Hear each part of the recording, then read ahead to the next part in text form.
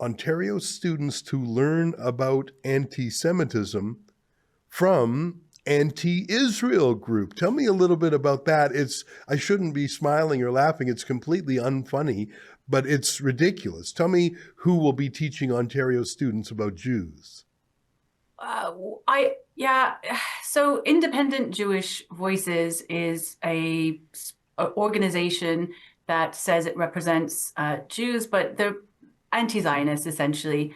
And the Elementary Teachers Federation of Ontario have hired Independent Jewish Voices to write training materials, which will down the line end up training teachers, I imagine, through the union. And ETFO has been an interesting union when it comes to anti-Zionism and some of the downstream effects of that in the province. So that was called out by CEJA, who were, upset that they weren't, maybe some larger organizations that represent Jewish people in Canada were not consulted. I also spoke to B'nai B'rith, who also made a statement along the lines of they would have been happy to provide some training for them, but they were not contacted. So it's interesting that the ADFO, I believe the largest teachers union, I think it's the largest teachers union in the province, chose a fringe group of radicals to provide resources. Yeah, I've encountered these independent Jewish voices, and the only thing Jewish about them is the name. That's why it's in the name. They're designed to confuse. If you see these Jews denouncing Israel, denouncing Zionism, it's immediately confusing. You sometimes see some ultra-Orthodox Jews who wear the traditional garb, and they're marching with Hamas also. It's designed to confuse and muddy the waters. There are some anti-Semitic Jews. I know that's hard to believe. It would be as if there was a movement called Blacks for the KKK. I mean, it would be so confusing and startling, and that's the whole point. So to choose this self-loathing group to teach Ontario children about anti-Semitism is pure malice. It would be better not to teach them anything at all than to allow these saboteurs in. That's my view. Well, listen, I'm not Jewish, but if I wanted someone representing my views, I'd want groups that represent at least the majority view of that particular community. And as far as I understand, Independent Jewish Voices certainly does not do that. They have quite fringe opinions. I don't think it's a surprise that EDFO would go do that, because the unions just seem to be increasingly radicalized on so many different topics, not even just this anti-Semitism and anti-Zionism, but across the board. And that's obviously something I cover a lot. So very disappointed decision that they would do that. I think the better analogy, I just tried an analogy of a black Klansman. That's just too absurd. I think a better one would be all these women's groups, women's magazines, women's awards, who in recent years have been, Woman of the Year is actually a man, like a male to female transgender. I think that's the better analogy, is who would you send into school to teach about women's rights and being a woman, a trans person? It's cuckoo, but it's happening. We all see it. I mean, it's so audacious, it's hard to fathom, but that's exactly what this Independent Jewish Voices is. It's like the transgenders of the Jewish faith. Crazy story. I don't want to spend too much more time on it, because just a moment ago, you told me what you're doing in the city of Ottawa. And I'd like to invite you to tell our viewers, what are you doing there? Who invited you there? And what did you see, hear, and learn? I was invited a little while ago by TAFSEEK. TAFSEEK is a Jewish advocacy group, and they noticed some of the coverage that I was putting out about some of the incidences within the schools.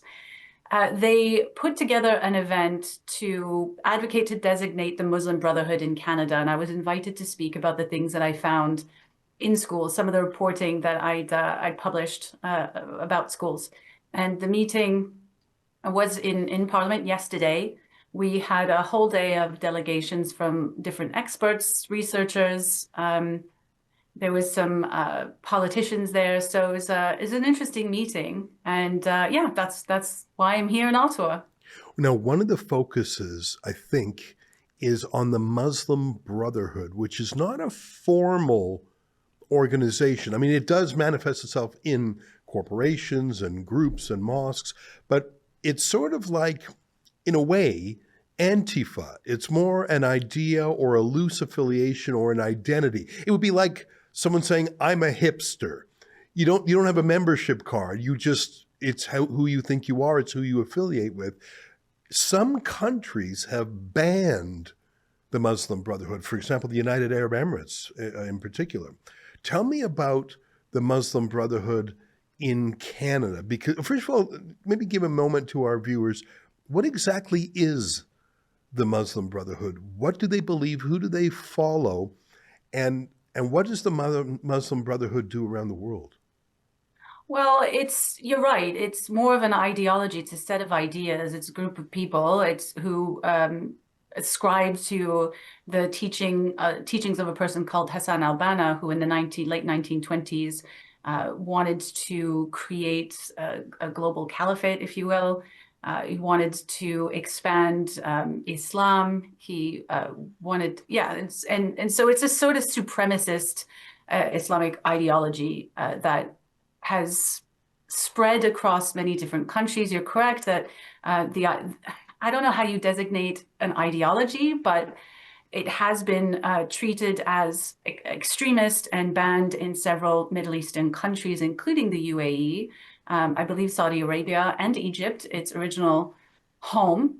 So in the Middle East, they understand that it is a dangerous ideology and it does interfere with the regular functioning of society.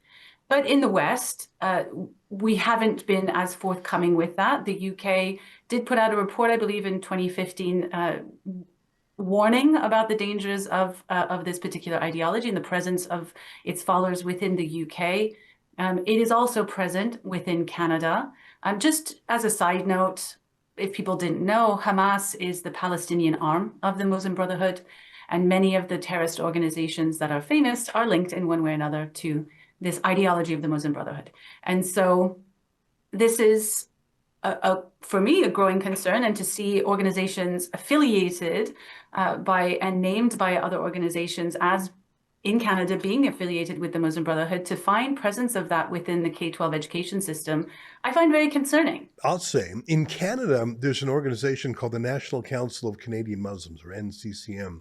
Before that, they were called CARE-CAN, Council of American Islamic Relations. It was the Canadian branch of a U.S. group that was an unindicted co-conspirator in terrorism prosecutions. That NCCM is the leading Islamic advocacy group in Canada. That's where, for example, a lot of the, that's where the former anti-Islamophobia activist position that Justin Trudeau appointed came from. Tell me a little bit about the activities, if you can, of the NCCM or some of their officials or even some MPs in Ottawa. Now, people don't say, "I'm Muslim Brotherhood." They don't say that.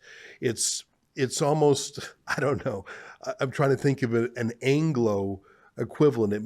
I suppose it might be like being a Mason. Antifa is a pretty good, I think, is a pretty good comparison, this set of ideas, right? So a lot of extremists aren't going to say I'm Antifa. But what was the question? So some of the activities here in Ottawa currently, or well, I mean, tell me a little bit more what's going on with the Muslim Brotherhood in Ottawa, in Parliament. Okay. Tell me some of the Islamic advocacy that's going on. Okay, well, I found it curious that I was invited to a delegation yesterday to designate the Muslim Brotherhood. And it's interesting you bring up NCCM because they put out a post denouncing this meeting, calling it a conspiracy theory. And isn't it terrible that these people are having a meeting to designate this thing that doesn't exist, but we're very upset that the meeting's happening.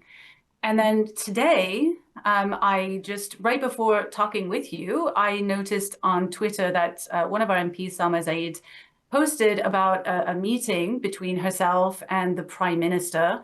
and other MPs, with the CEO of NCCM, also some people associated with other groups, including the Muslim Association of Canada and CMPAC, and also the Canadian Muslim Vote. We can get into that, but certainly leaders that I found curious, given some of the things that we've discovered. I'll mention this quickly. So in the CRA, the Canada Revenue Agency, put out did an audit over a period of several years about the financial dealings of the Muslim Association of Canada, and it identified in this rather large audit, I read over 300 pages of different documents, and they very plainly said that there was connections and affiliations, and this is the CRA, that there were connections and affiliations with the Muslim Brotherhood and the Muslim Association of Canada. Now, they were trying to